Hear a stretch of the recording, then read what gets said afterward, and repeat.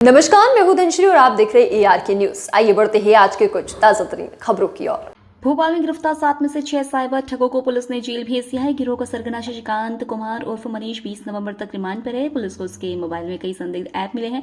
पूछताछ में उसने चौंकाने वाले खुलासे किए हैं। उसने बताया कि वह फर्जी तरीके से बैंक खाते खुलवाकर उन्हें बेच देता था, साइबर ठगी भी करता था। शशिकांत ने बताया कि सबसे पहले वह नाबालिग लड़के लड़कियों के आधार कार्ड हासिल करता था, फिर उन्हें एडिट कर दूसरों की फोटो लगाता था, साथ ही उम्र बढ़ाकर लिख देता था। इस फर्जी आधार नंबर से पैन कार्ड बन जाता था। इसके बाद फर्जी आधार और पैन कार्ड की मदद से बैंक खाते खुलवाता था। को लेकर के अवेयरनेस पर काफी बातें हो रही हैं और साइबर क्राइम एक बड़ी चुनौती के रूप में उभरा है।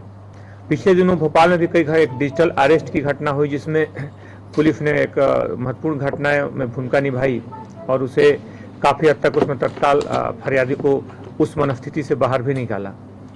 उसी कड़ी में एक महत्वपूर्ण घटक साइबर क्राइम का, उस पर हम लोग अभी एक पुलिस को बड़ी सफलता मिली है, जिसमें हम जानते हैं कि जब साइबर क्राइम में किसी के साथ कोई ठगी होती है तो पुलिस के लिए एक बड़ी चुनौती होती है कि उसमें आरोपी की तह तक पहुंच पाना।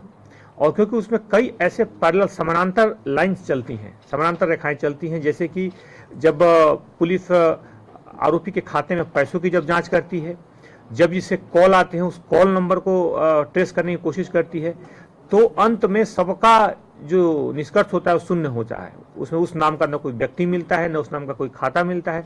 इसलिए हमेशा से अबूझ पहेली है और पुलिस की जांच का एक महत्वपूर्ण हिस्सा है कि आखिर उस तह तक कैसे पहुंचा जाए। उस कड़ी में पुलिस ने एक बड़ी सफलता हासिल की है, जिसमें कहने को तो चौथी और पांचवी पास लगभग 7 लोगों ने ऐसे लगभग 1800 खाते बनाए हैं, बैंक खाते, और प्रत्येक खाते को 10,000 रुपए में बेचे हैं दूसरी गैंग्स को, जिससे देश में अलग अलग जगहों पे इस तरह की घटनाएं होती है। इन्होंने 1.5 महीने में घटनाएं यहाँ पे की हैं, लेकिन ऐसा नहीं कि ये भोपाल में ही की है। इसके पहले लगभग 6 अलग अलग शहरों में इस तरह की वारदातें कर चुके हैं। और इसके पहले कि किसी को पता चले, इसके पहले कि किसी भी एजेंसी को इस बात की भनक लगे, वहाँ से रास्ता बदल लेते थे। यहाँ भी अगर अगले 10-15 दिनों में पता नहीं चलता तो ये रास्ता बदल करके और दूसरे किसी शहर में चले जाते। ये वहाँ पर कुछ ऐसे आधार कार्ड का इस्तेमाल करते थे जिस आधार कार्ड में समान तौर पर पैन कार्ड से जो आधार कार्ड लिंक नहीं होता था उसमें, और कुछ दूसरे राज्यों पे ऐसे आधार कार्ड जो अनडिलीवर्ड होते हैं, जिसमें कुछ एड्रेस की त्रुटि हो, कुछ और गड़बड़ी, कुछ इनकी ऐसे लोगों से इनका संपर्क था जो अनडिलीवर्ड जो होते थे आधार, उनको ये मंगवा लेते थे। यानी कि इस कड़िया इस विवेचना में आगे और भी कुछ कड़ियां हैं, जिससे पुलिस इस बिंदु की जांच करेगी कि आखिर खाते खुले तो इसमें क्या कोई बैंकिंग संस्था में कहीं कुछ लापरवाही हुई, क्या फर्जी सिम कार्ड मिले किसी मोबाइल नेटवर्क की, हमारी जो कंपनियां हैं जो बहुत सारे, उनमें कहीं कोई चूक हुई।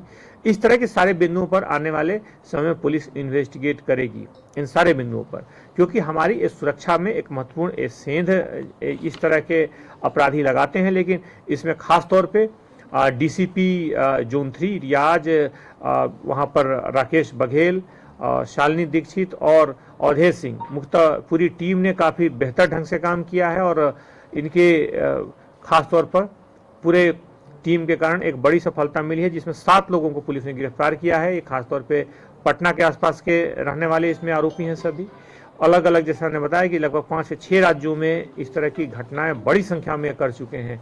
इसलिए पुलिस आगे आने वाले समय में खासतौर पर इस पूरे घटना से जुड़े हुए कुछ बिंदुओं पर जांच करेगी कि आखिर जो सैकड़ों की संख्या में इन्होंने खाते बनाए, सैकड़ों की संख्या में जो मोबाइल सिम निकाले, वो आखिर किन अपराधियों तक पहुंचे, उन अपराधियों में किन किन अपराधों में इस पूरे सिम का और इस पूरे जो संख्या है खासतौर पर खातों की, उनका कहाँ उपयोग हुआ, और आने वाले इनकी कड़ियों से कौन कौन लोग जुड़े हैं, और क्या इन्होंने 5-6 राज्यों के अलावा और भी कहीं बनाया। शुरुआत में इन्होंने 5-6 शहरों की जो बड़े महानगर हैं उनमें उनकी बात कबूल की है, वहाँ से जुड़ी जानकारियाँ दी हैं।